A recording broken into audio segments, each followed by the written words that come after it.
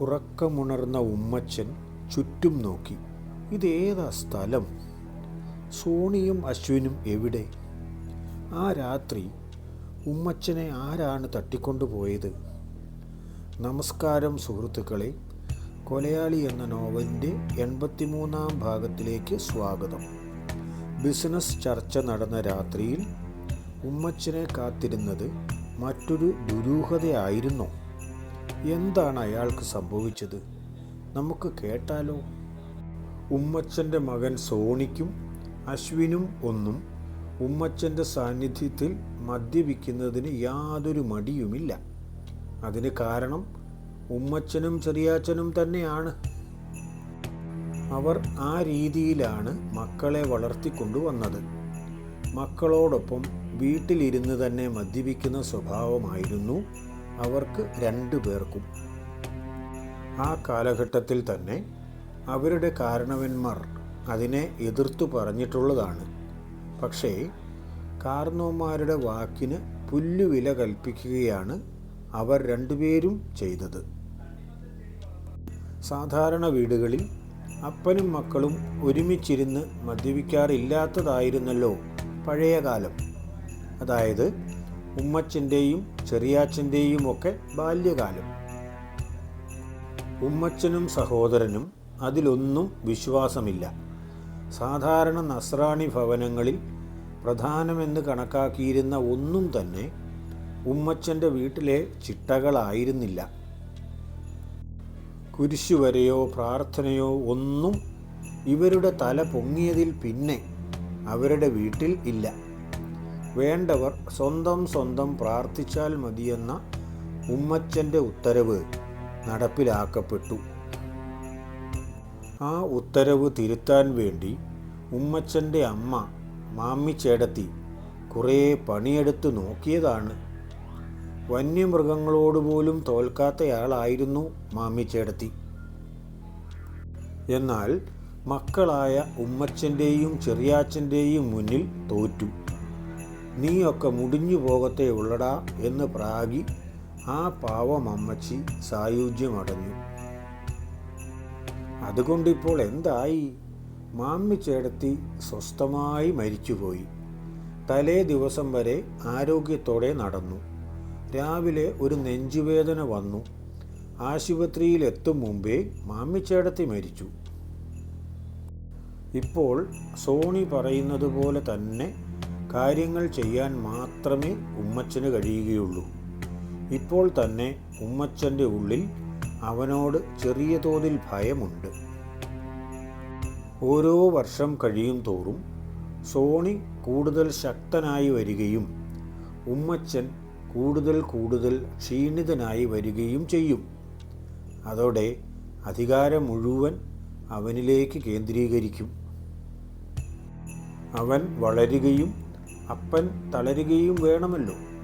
എന്നാലും സോണി പരിഗണിക്കപ്പെടുകയും ഉമ്മച്ചൻ പുറന്തള്ളപ്പെടുകയും ചെയ്യണോ?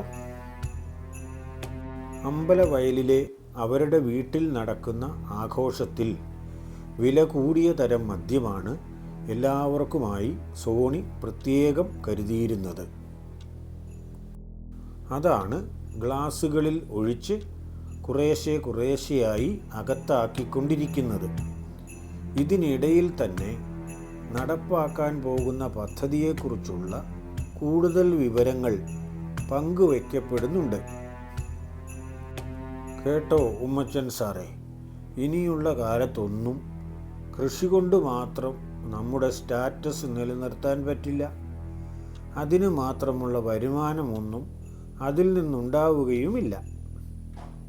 കൃഷിയെ തന്നെ നമ്മൾ വിനോദസഞ്ചാരത്തിനുള്ള ഒരു മാർഗം കൂടിയാക്കണം. അതാണ് ഇപ്പോൾ സർക്കാർ പറയുന്ന അഗ്രികൾച്ചറൽ ടൂറിസം അല്ലെങ്കിൽ ഫാം ടൂറിസം. ഉമ്മച്ചൻ സാറിനെ കൊണ്ട് ഇനി അഗ്രികൾച്ചറൽ ടൂറിസം ഒന്നും ഉണ്ടാക്കാൻ വയ്യ. ഇത്രയും കാലം ഉണ്ടാക്കിയത് മുഴുവൻ ഇവന്മാർക്ക് കൊടുത്തേക്കാം. അവന്മാർ അഗ്രികൾച്ചറൽ ടൂറിസം ഉണ്ടാക്കുകയോ എന്തു വേണമെങ്കിലും ചെയ്തോട്ടെ. ഞാൻ എല്ലാത്തിനും പറ്റും പോലെ ഒപ്പം നിൽക്കാൻ തയ്യാർ. കൂടുതലൊന്നും എന്നെ കൊണ്ട് വയ്യ. ഉമ്മച്ചന് സാമാന്യം ഫിറ്റായിട്ടുണ്ടെന്നുള്ള വിവരം സോണിക്കും അശ്വിനും മനസ്സിലായി. അവർ പലപ്പോഴും ഒരുമിച്ചിരുന്ന് മദ്യപിക്കുന്നതാണല്ലോ. മദ്യം അകത്ത് ചെന്ന് തലയ്ക്ക് ശരിക്കും പിടിച്ചു കഴിഞ്ഞാൽ പിന്നെ ഓരോ കാര്യത്തെപ്പറ്റിയും ഓരോരുത്തർക്കും വ്യത്യസ്തമായ അഭിപ്രായമാണല്ലോ ഉള്ളത്. പലരെയും കബളിപ്പിച്ചിട്ടുള്ളതുകൊണ്ടും കുഴിയിൽ വീഴ്ത്തിയിട്ടുള്ളതുകൊണ്ടും തന്നെയും ആരെങ്കിലും കബളിപ്പിക്കുമോ എന്ന ആശങ്ക അയാളുടെ മനസ്സിൽ എപ്പോഴും ഉണ്ടായിരുന്നു. തനിക്ക് പരിചയമില്ലാത്ത ഏത് പ്രസ്ഥാനത്തിൽ ചെന്ന് ചേരുമ്പോഴും സംശയമുള്ളത് തന്നെയാണ്. ചിലപ്പോൾ ഒന്നും ചോദിക്കില്ലെന്ന് മാത്രം. ഇപ്പോൾ മദ്യം തലയ്ക്ക് പിടിച്ചതിൻ്റെ വെളിവില്ലായ്മ കൊണ്ടാണോ എന്തോ ഉമ്മച്ചൻ അവരോട് ചോദിച്ചത് ഇങ്ങനെയാണ്: നിങ്ങൾക്കവിടെ റിസോർട്ടുണ്ടെന്നും അവിടെ ആളുകൾ വരുന്നുണ്ടെന്നും ഒക്കെ കേട്ടറിവല്ലേ ഞങ്ങൾക്കുള്ളൂ. യഥാർത്ഥത്തിൽ ഉള്ളത് തന്നെയാണോ? അല്ലെങ്കിൽ നിങ്ങൾ ഉമ്മച്ചനോടാ കളിക്കുന്നത് എന്ന് ഓർത്തോണം. അത് നിങ്ങൾക്ക് ദോഷമായിരിക്കും. അങ്ങനെ ചെയ്തവനൊന്നും ഇപ്പോൾ ഭൂമിക്ക് മുകളിൽ ഇല്ലെന്ന കാര്യം ഓർമ്മ വേണം. എത്ര വലിയവനാണെങ്കിലും ഉമ്മച്ചൻ അതൊന്നും പ്രശ്നമല്ല. ഉമ്മച്ചന് മുൻപിൽ ഒരുത്തനും വലിയ ആളുമല്ല. അതെന്താ ഉമ്മച്ചൻ സാറേ അങ്ങനെ പറഞ്ഞത്? ഒരുമിച്ചൊരു ബിസിനസ് ചെയ്യുക എന്ന് പറഞ്ഞാൽ പരസ്പരം കബളിപ്പിക്കുക എന്നാണോ? ഞങ്ങളുടെ തത്വശാസ്ത്രം അങ്ങനെയല്ല.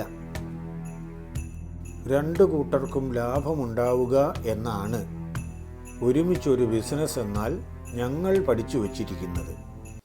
അങ്ങനെയാണ് ഞങ്ങൾ ഇത്രകാലവും ചെയ്തത്. സാറിന് സംശയം എന്തെങ്കിലും ഉണ്ടെങ്കിൽ ഞങ്ങളുടെ സ്ഥാപനത്തിൽ വന്ന് കണ്ടതിന് ശേഷം മാത്രം ഇപ്പോൾ ഒപ്പിട്ട എഗ്രിമെൻ്റ് നടപ്പിലാക്കിയാൽ മതി. പറഞ്ഞു പോയത് മണ്ടത്തരമായി എന്ന് ഉമ്മച്ചന് തോന്നിയോ ആവൂ. ഏതായാലും അയാളെ കൊണ്ട് കൂടുതൽ വർത്തമാനം പറയിപ്പിക്കാൻ സോണി സമ്മതിച്ചില്ല. സോണി അയാളെയും കൂട്ടിക്കൊണ്ട് അടുത്ത മുറിയിലേക്ക് പോകാൻ വേണ്ടി എഴുന്നേറ്റു. എഴുന്നേറ്റപ്പോഴാണ് അവന് ഒരു കാര്യം മനസ്സിലാകുന്നത്. ഇപ്പോൾ ഉടൻ തന്നെ നടന്നാൽ താൻ വെട്ടിയിട്ട വാഴ പോലെ ഈ മുറിയിലേക്ക് വീഴും. എല്ലാവരുടെയും മുൻപിൽ കുടിച്ചു വീഴുന്നത് ആകെ നാണക്കേടുണ്ടാക്കുന്ന കാര്യവുമാണ്. അപ്പനാണെങ്കിൽ വായിൽ തോന്നിയതെല്ലാം പറയുകയും ചെയ്യും. ഇത്രയും പ്രായമായ അപ്പൻ പോലും അത്രയും കുടിച്ചിട്ട് ആടിയാടിയാണെങ്കിലും നിൽക്കുന്നത് കണ്ടില്ലേ? പിന്നെ താൻ വീണാൽ അപ്പൻ വെറുതെ വിടുമോ? ഉമ്മച്ചനും സോണിയും എഴുന്നേറ്റതോ അവർ അടുത്ത മുറിയിലേക്ക് പോകുന്നതോ ഒന്നും കാണുകയോ അറിയുകയോ ചെയ്യാതെ കോയമ്പത്തൂരിൽ നിന്ന് വന്നവർ സംസാരം തുടർന്നുകൊണ്ടിരുന്നു. അവിടുത്തെ റിസോർട്ടിനെ കുറിച്ചും മറ്റും വിശദമായി സംസാരിച്ചു കൊണ്ടിരുന്നു. പറഞ്ഞു തുടങ്ങിയ അവർ പിന്നെ നിർത്താതെ അതിനെപ്പറ്റി തന്നെ പറഞ്ഞു തുടങ്ങി. കോടികളല്ലേ അവിടുത്തെ ടേൺ ഓവർ? ഏതെല്ലാം രാജ്യത്ത് നിന്ന് ആളുകൾ വരുന്നത് എന്നറിയാമോ? ഉമ്മച്ചൻ സാറ് ശരിക്കും അവിടെ വന്നൊന്ന് കാണേണ്ടതാണ്. കണ്ടിരുന്നെങ്കിൽ സംശയമേ ഉണ്ടാവുകയില്ലായിരുന്നു. ഇവിടം അതിനേക്കാൾ പ്രധാനപ്പെട്ട ഒരു സ്ഥലമാണ്. അതിലും ആളുകൾ ഇവിടെയും വരും. വിനോദസഞ്ചാര കേന്ദ്രമാക്കി കഴിയുമ്പോൾ തന്നെ വീണ്ടും നമുക്കൊന്നുകൂടി കൂടാം. അന്നേരം നിങ്ങളിത് പറയുകയില്ല എന്ന് ഞങ്ങൾക്കുറപ്പാണ്. ഉമ്മച്ചൻ അയാൾ പറയുന്നതൊന്നും കേൾക്കാൻ നിന്നില്ല. അല്ലെങ്കിൽ സോണി അയാളെ അതിന് സമ്മതിച്ചില്ല. അവൻ ശരിക്കും ഉറച്ചു നിന്നതോടെ ഉമ്മച്ചനെയും വലത്തെ ചുമലിൽ താങ്ങി. അരയിൽ കൈ ചുറ്റി പിടിച്ചുകൊണ്ട് അടുത്ത ഒരു മുറിയിലേക്ക് നടന്നു. അയാളെ കൊണ്ടുപോയി അവിടുത്തെ കട്ടിലിൽ കിടത്തിയിട്ടാണ് സോണി തിരിച്ചു വന്നത്. ഒരാൾ എഴുന്നേറ്റ് പോയിട്ടും മദ്യപാന സദസ്സ് തുടർന്നുകൊണ്ടിരിക്കുകയാണ്. അത് പിന്നെ തുടങ്ങിക്കഴിഞ്ഞാൽ ഉള്ളത് തീരാതെ ആരെങ്കിലും നിർത്തുമോ? അതാണല്ലോ അതിൻ്റെ ഒരു പ്രത്യേകത.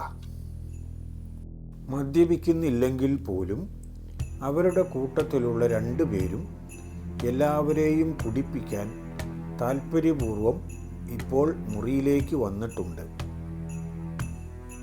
ഇപ്പോൾ എല്ലാവർക്കും ഊറ്റിക്കൊടുക്കുന്നത് അവർ 2 പേരും തന്നെയാണ്.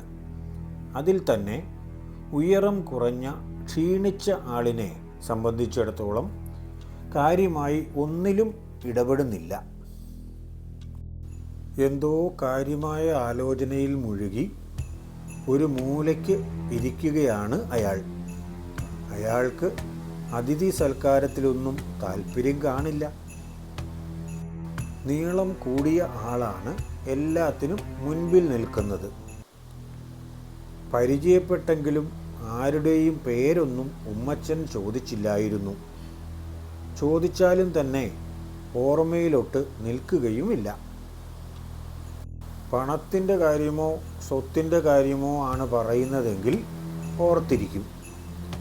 ആളുകളുടെ പേരോ മറ്റോ ആണ് പറയുന്നതെങ്കിൽ അയാൾ ഓർക്കില്ല. ആവശ്യത്തിലധികം എല്ലാവരും മദ്യം കഴിച്ചു കഴിഞ്ഞു.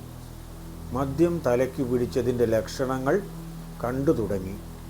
ചിലരൊക്കെ അതേ മുറിയുടെ മൂലയിലേക്ക് തന്നെ വീണു. മറ്റു ചിലർ ആടി അവരവരുടെ മുറികളിലേക്ക് പോയി. ഉറക്കമുണർന്ന ഉമ്മച്ചൻ തക്കും പിക്കും നോക്കി. ഇതേതാടാ സ്ഥലം? തൻ്റെ വീട്ടിലെ കട്ടിലിലായിരുന്നില്ലേ താൻ കിടന്നത്? അത് തന്നെയല്ലേ ഇവിടം? അതോ മാറിപ്പോയോ? ഇനി ഇന്നലെ മദ്യം തലയ്ക്ക് പിടിച്ചപ്പോൾ താൻ എവിടേക്കെങ്കിലും ഇറങ്ങിപ്പോയി അവിടെ കിടന്നുറങ്ങിപ്പോയതാണോ?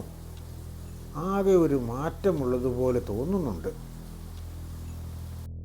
ഏതായാലും ഇത് സോണി പണി കഴിപ്പിച്ച വീടല്ല. അടുത്തെവിടെയും ആരെയും കാണുന്നില്ല.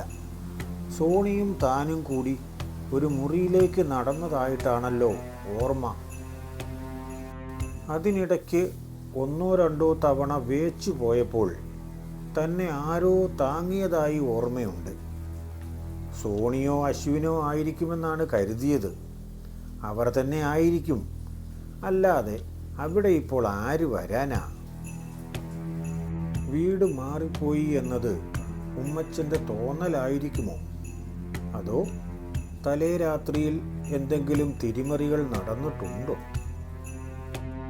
സോണിയുടെ പുതിയ വീട് ഉമ്മച്ചന് മാറാൻ സാധ്യതയില്ല. അങ്ങനെ വരുമ്പോൾ സംശയിക്കണമല്ലോ. എന്തായിരിക്കും സംഭവിച്ചത്? കടുവയെ കിടുവ പിടിച്ചോ? സ്വബോധം നഷ്ടപ്പെട്ട രാത്രിയിൽ ആരെങ്കിലും അയാളെ മറ്റൊരിടത്തേക്ക് മാറ്റിയതാണോ? ഉമ്മച്ചൻ്റെ മങ്ങിയ ഓർമ്മയിൽ തെളിയുന്ന ആ കൈകൾ ആരുടേതായിരുന്നു? ഉത്തരങ്ങൾക്കായി കാത്തിരിക്കുക അടുത്ത ഭാഗം വരെ. മറ്റന്നാൾ അടുത്ത ഭാഗവുമായി നമുക്ക് കാണാം. അതുവരെയും എല്ലാവർക്കും നന്മ നേരുന്നു. നിങ്ങൾക്ക് നന്ദി.